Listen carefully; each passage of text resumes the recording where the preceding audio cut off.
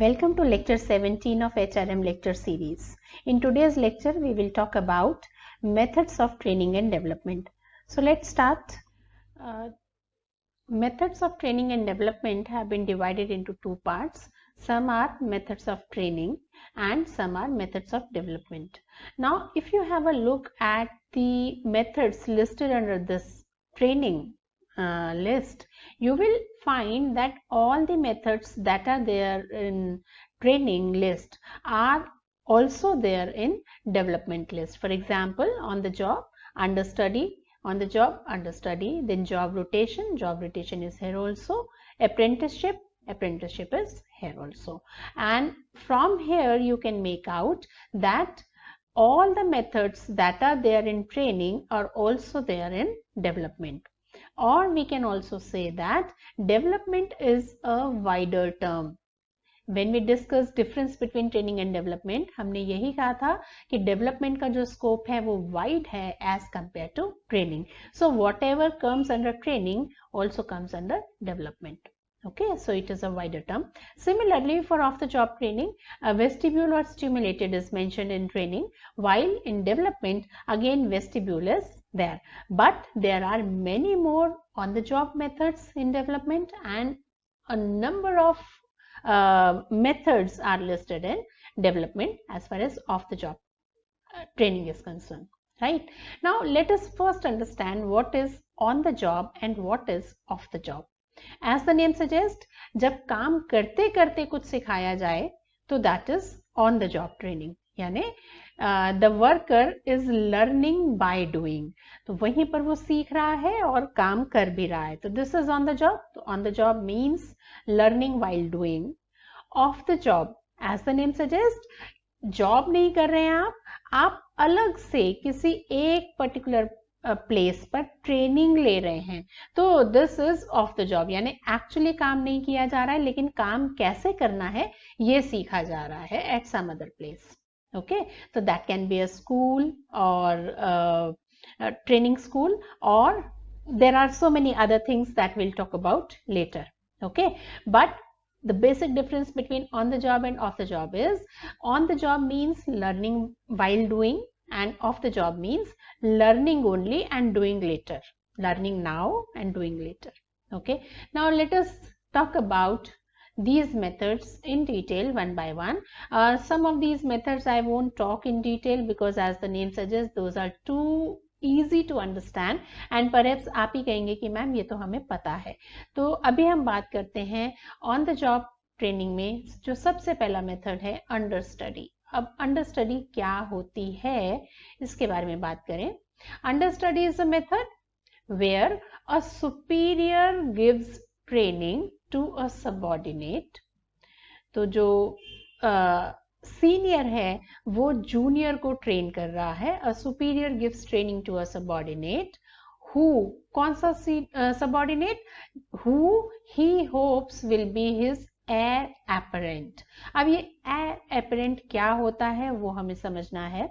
पहली बात तो सिचुएशन आप समझ लीजिए, ये ऑन द जॉब ट्रेनिंग है, काम करते करते सिखाया जा रहा है, लर्निंग वाइल डूइंग हो रहा है.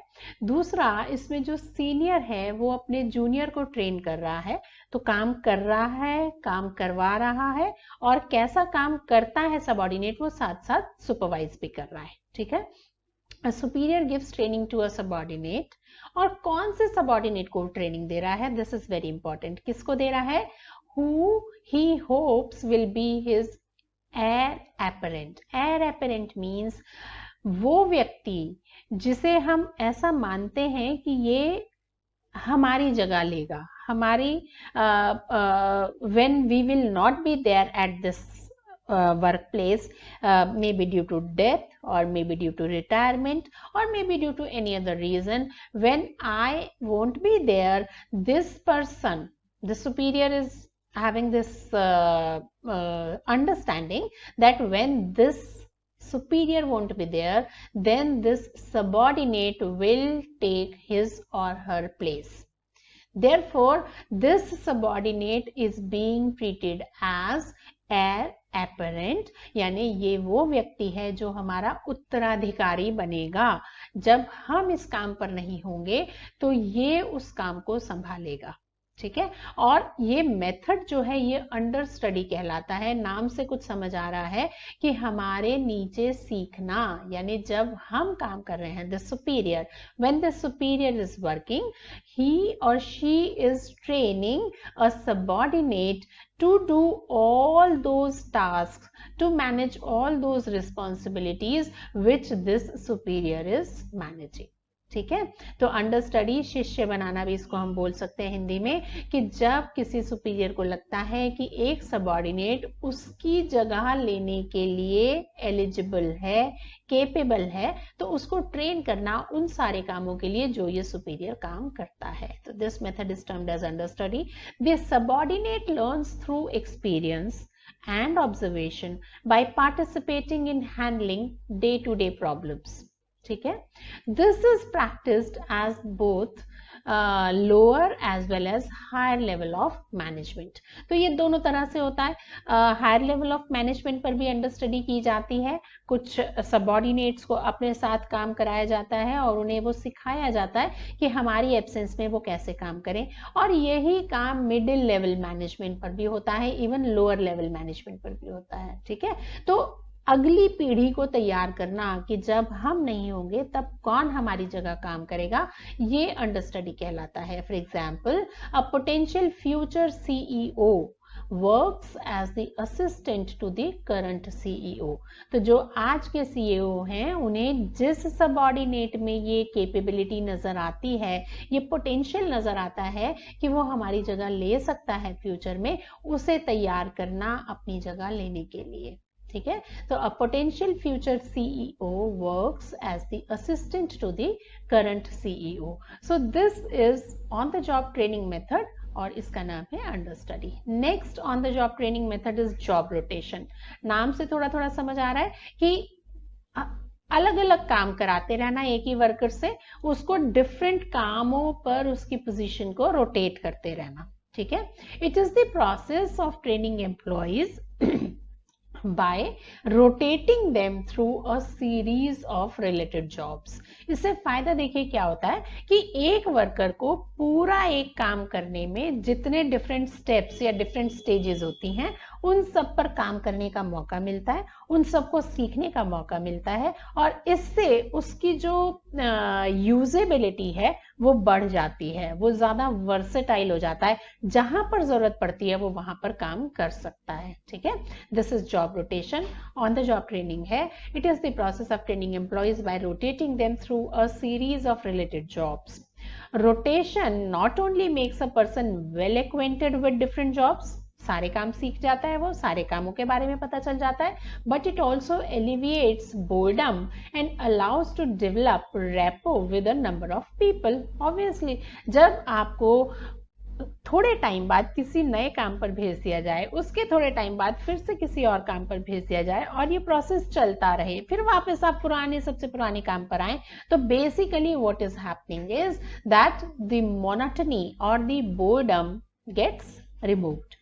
ठीक है, तो हर बार डिफरेंट काम करने को मिल रहा है, it becomes a challenge for the worker also, और जिन वर्कर्स को चैलेंज पसंद है वो इस तरीके को, ट्रेनिंग के तरीके को बहुत पसंद करते हैं। And it allows to develop rapport with a number of people. आप हर बार नए लोगों के साथ काम कर रहे होते हैं, डिफरेंट लोगों के साथ काम कर रहे होते हैं, डिफरेंट सिचुएशन में काम कर रहे होते हैं, तो it is good for all those workers who love challenges. This helps to develop a versatile and multi skilled workforce. तो ये अभी मैंने आपको बताया, this is the second method of on the job training. Then next is apprenticeship. कभी कभी आपने ये सुना भी होगा, और नहीं तो आपने इंटर्नशिप तो सुना होगा, अगर अप्रेंटिसशिप नहीं सुना। और अप्रेंटिसशिप क्यों नहीं सुना वो भी मैं आपको बताती हूँ। Apprenticeship and but both are similar, internship and apprenticeship both are similar.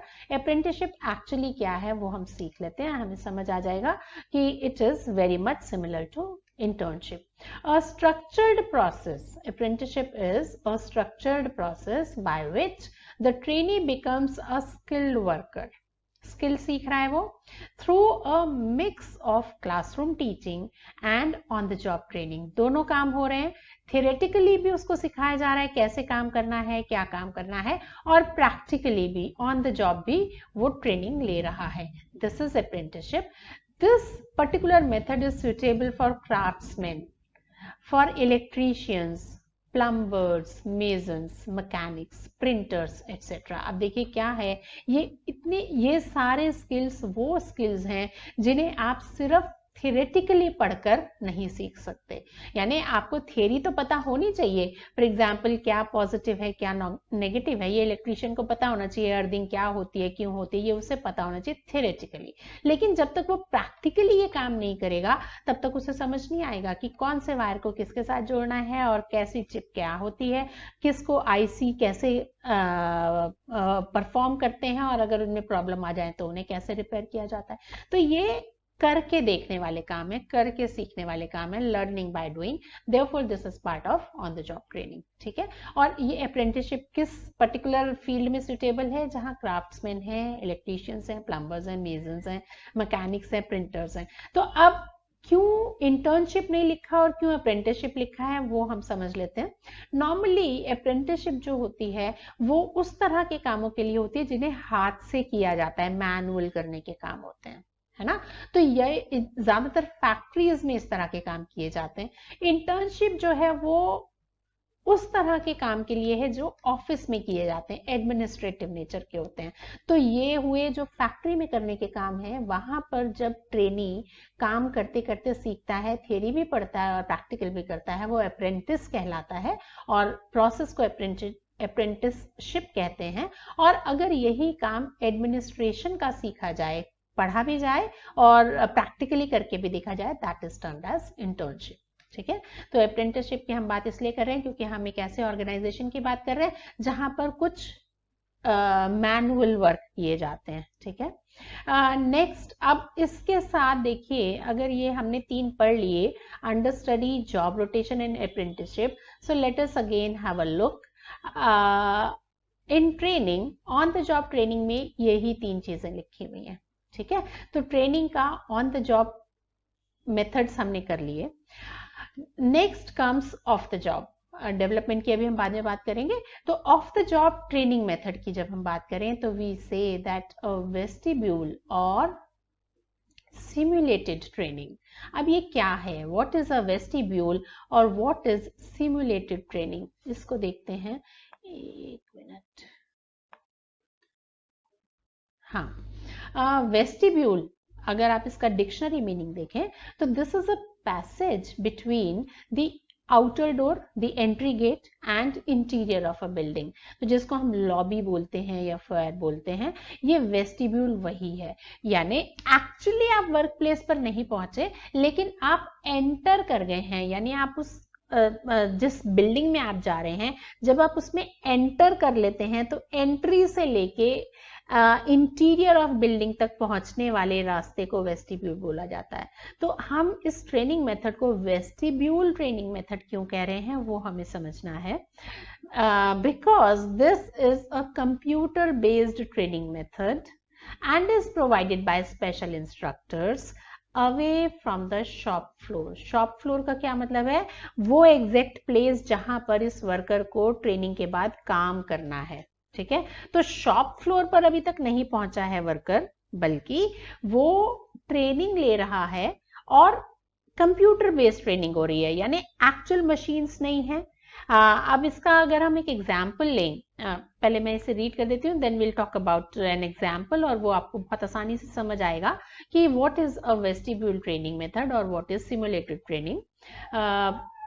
It consists of simulators that help to train by creating a miniature version of the actual situation. So let us take an example and let us then see whether we understand this method or not.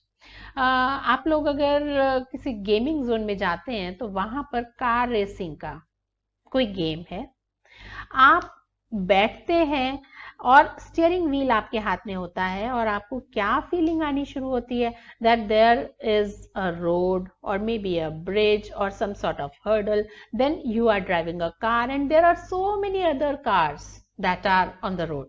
ठीक है, और आप manoeuvring कर रहे होते हैं, आप संभाल कर चला रहे होते हैं अपनी गाड़ी को, पर एक्चुअली क्या हो रहा होता है, आप कहीं रोड पर नहीं होते हैं, आप आपके पास कोई गाड़ी नहीं होती है, यानी everything is happening on the screen and then you get involve in that particular game in such a manner कि आपको एक्चुअल फीलिंग आनी शुरू होती है कि आप जैसे रोड पर ही ड्राइव कर रहे हैं, ठीक है।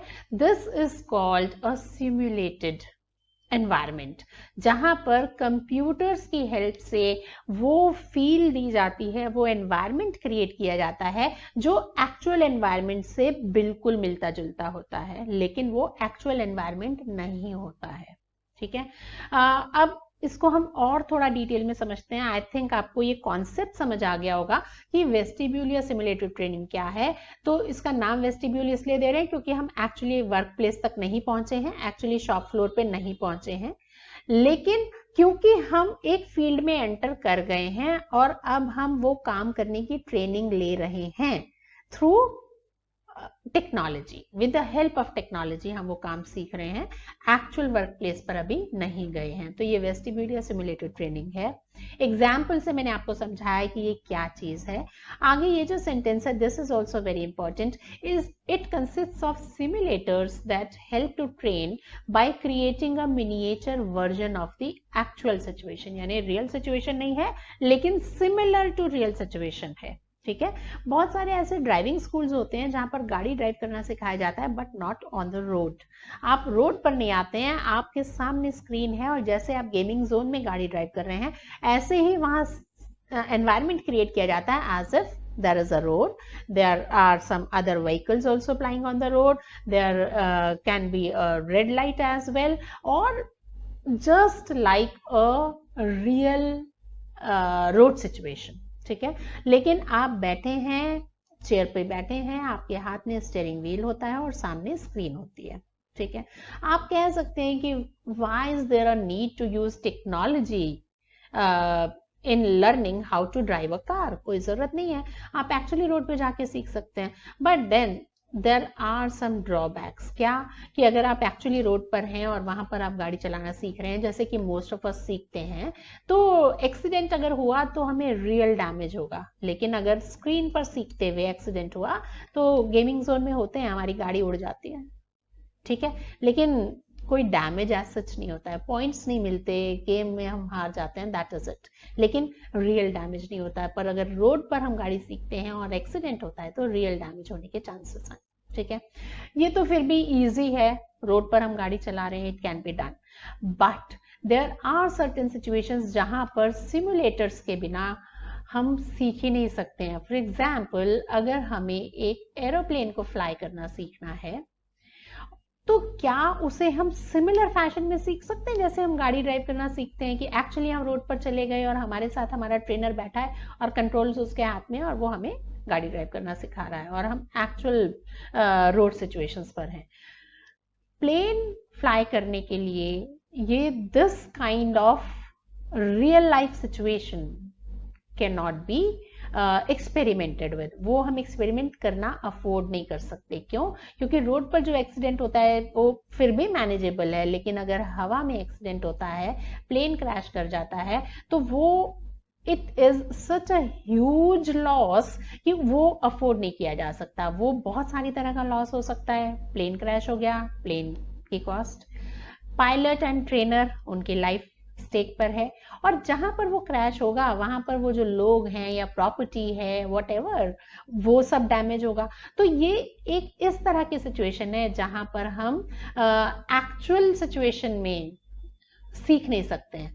तो the only way in this particular case is to learn using simulators, ठीक है।